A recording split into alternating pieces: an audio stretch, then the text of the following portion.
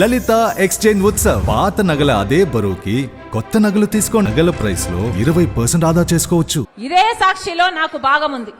ఇదే సాక్షిలో జగన్మోహన్ రెడ్డి గారికి ఎంత భాగముందో ఆయన బిడ్డ రాజశేఖర రెడ్డి బిడ్డకు కూడా అంతే భాగం ఉండాలని రాజశేఖర రెడ్డి గారు నిర్ణయించారు.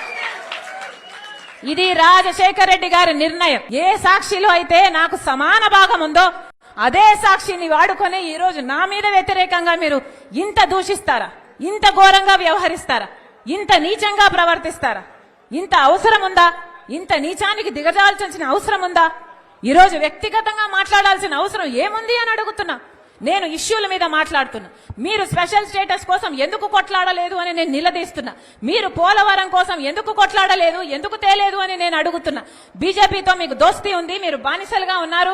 మనకు రాజధాని ఏమైంది, మన బిడ్డలకు ఉద్యోగాలు ఏమైనాయి, కనీసం క్రాప్ ఇన్సూరెన్స్ కూడా ఎందుకు లేదు అని నేను ప్రశ్నిస్తుంటే ఒక్కసారైనా ఒక ఇష్యూ మీద మీరు సమాధానం చెప్పకుండా రోజుకొక జోకర్ చెప్పిస్తారు.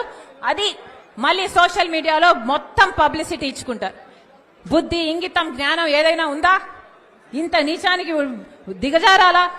విలువలు, విశ్వసనీయతలు అని పెద్ద పెద్ద మాటలు చెప్పారు కదా, మరి మీకు లేవా విలువలు, విశ్వసనీయతలు? ఆలోచన చేయాలి. తెలుగు ప్రజలు పిచ్చోళ్ళు కాదు, అన్ని గమనిస్తున్నారు, అన్ని చూస్తున్నారు. నేను రాజశేఖర రెడ్డి బిడ్డను. పులి కడుపున పులే పుడుతుంది. రాజశేఖర రెడ్డి రక్తం నాలో ప్రవహిస్తుంది. నేను రాజశేఖర రెడ్డి బిడ్డ వైఎస్ షర్మిలా రెడ్డి.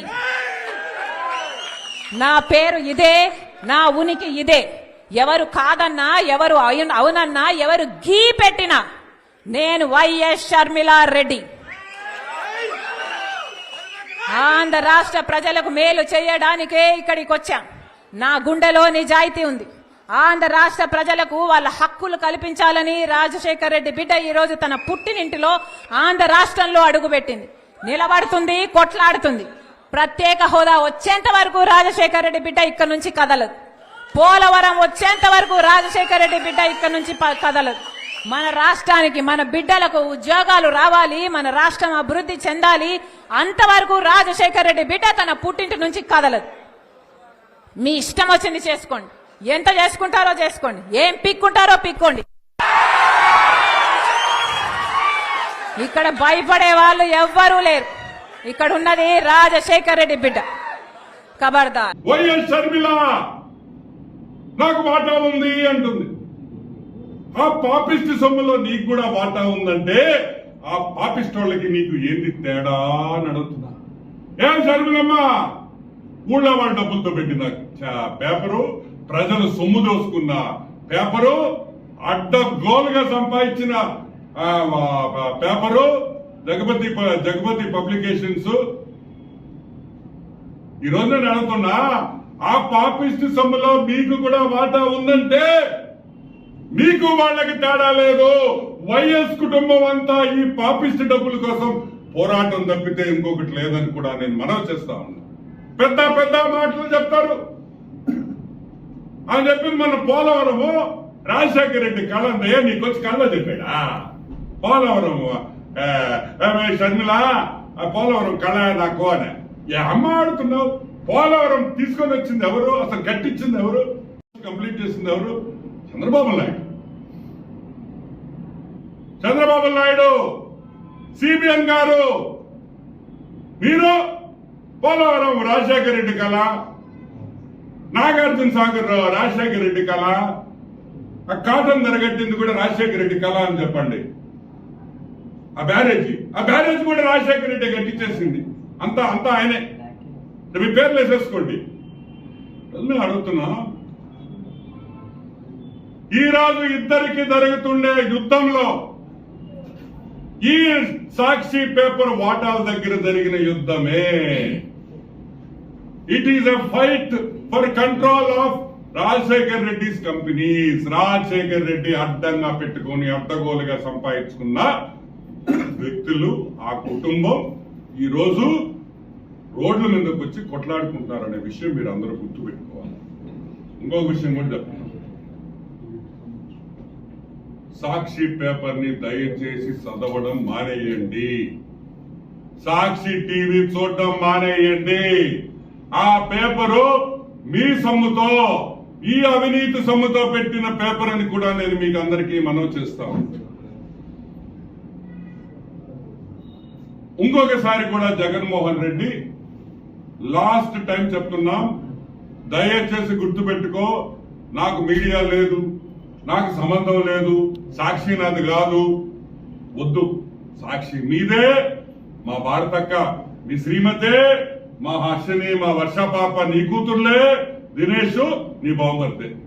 దయచేసి ఆ వేరియేషన్ తీసుకురాబోకని కూడా నేను మనవి చేస్తూ, ఇప్పుడు కన్నా సిగ్గుండే వైసీపీ నాయకులకు అందరికీ సిగ్గు తెచ్చుకోండి, మారండి అని కూడా మనవి చేస్తూ take a break. Any questions? Anil Narasaraopet ఆయన లేదంటున్నాడు కదా, ఒప్పుకున్నాడంట. Okay right. అనిల్ ఏంది నర్సరావుపేటకి పోయేదేంటి? ఏమైనా అర్థం ఉందా? జగన్మోహన్ రెడ్డి తలకాయ పోయిందా? తలకాయ పోయినట్టుందా అతనికి?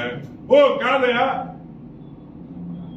అనిల్ కుమార్ యాదవ్ 4 నుంచి 5 లక్షల మెజారిటీ వస్తుందని మేము అందరం ఎక్స్పెక్ట్ చేస్తున్నాము నెల్లూరు టౌన్ లో. మీరందరూ నవ్వుతున్నారు ఎందుకు?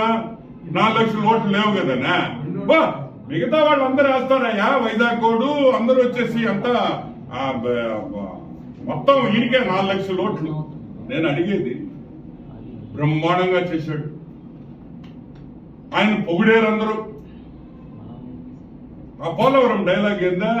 1% 10% 30% 80% చేస్తాం, మేము చేస్తాం, చేసి చూపిస్తాం అనిన వ్యక్తి ఈరోజు నెల్లూరు టౌన్ నుంచి మారుస్తున్నారంటే ఎంత సిగ్గుచేటు అని అడుగుతున్నా. అంటే మేము చెప్పింది కరెక్ట్. అనిల్ కుమార్ యాదవ్ నెల్లూరు పట్టణంలో అట్టర్ ఫెయిలియర్. ఈ రోజు వైసీపీ నాయకులకి అనిల్ కుమార్ యాదవ్ ఒకటే అడుగుతానయ్యా, నువ్వు ఇంత పొగడుతుంటావు కదా అనిలా, ఆ ప్రాజెక్ట్ ఒకటి ఉందోడు, మర్చిపోయారు మీరా, under ground drainage drinking water 90% అయిన ప్రాజెక్ట్ 10% కంప్లీట్ చేయలేకపోయారా 5 ఏళ్లలో? ఆ కాంట్రాక్టర్ వదిలేసి పారిపోయాడా? 100 కోట్ల రూపాయలు ఇచ్చుంటే ఆ ప్రాజెక్ట్ అయిపోయింది. మీరు అభివృద్ధి గురించి మాట్లాడతారా? మీరు మాట్లాడితే మేము వినాలా? ఏమైనా అర్థం ఉందా అని అడుగుతున్నా. మేమైతే నెల్లూరు పట్టణ ప్రజలు తరఫున నేను అడిగేది ఒకటే, జగన్మోహన్ రెడ్డిని, అనిల్ ఇక్కడి నుంచి షిఫ్ట్ చేసేదానికి లేదు, మేము ఒప్పుకోం. అనిల్ ఇక్కడే ఉండాలి, అనిల్ ఇక్కడే ఎమ్మెల్యేగా, వైసీపీ ఎమ్మెల్యేగా పోటీ చేయాలి, చేయమని వైసీపీలో 35,000 నుంచి 45,000తో ఓడిస్తాము. నెల్లూరు ప్రజలు సిద్ధంగా ఉన్నారని కూడా మనవి చేస్తాము. ఉండాలి, ఉండు, చూస్తూ నీకు రేపు బాక్సులు దిగానే బద్దలవుతాయి. అప్పుడు తెలుస్తుంది మీకు కొవ్వు కొవ్వు కొవ్వు కొవ్వు ఎక్కువైపోయింది. కొవ్వా, ఆ కొవ్వు తగ్గించి తగ్గించి తగ్గించి తగ్గించి భూమిలోకి పెట్టేస్తామని కూడా నేను మనవి చేస్తాను. సాక్షి పెట్టిందే అవినీతి సొమ్ము.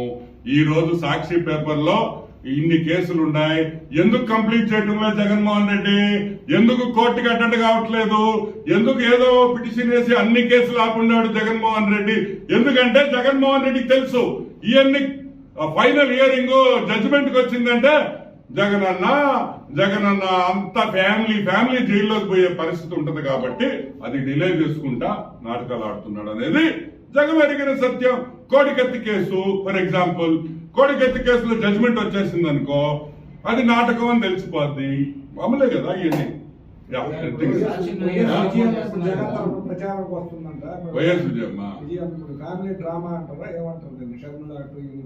వైఎస్ విజయం ఎవరికి వస్తుంది? ఏమో లే, ఒక సగం భాగం ఇటు పంపిస్తుంది, సగం భాగం ఇటు పంపిస్తుంది, చీల్చుకోండి.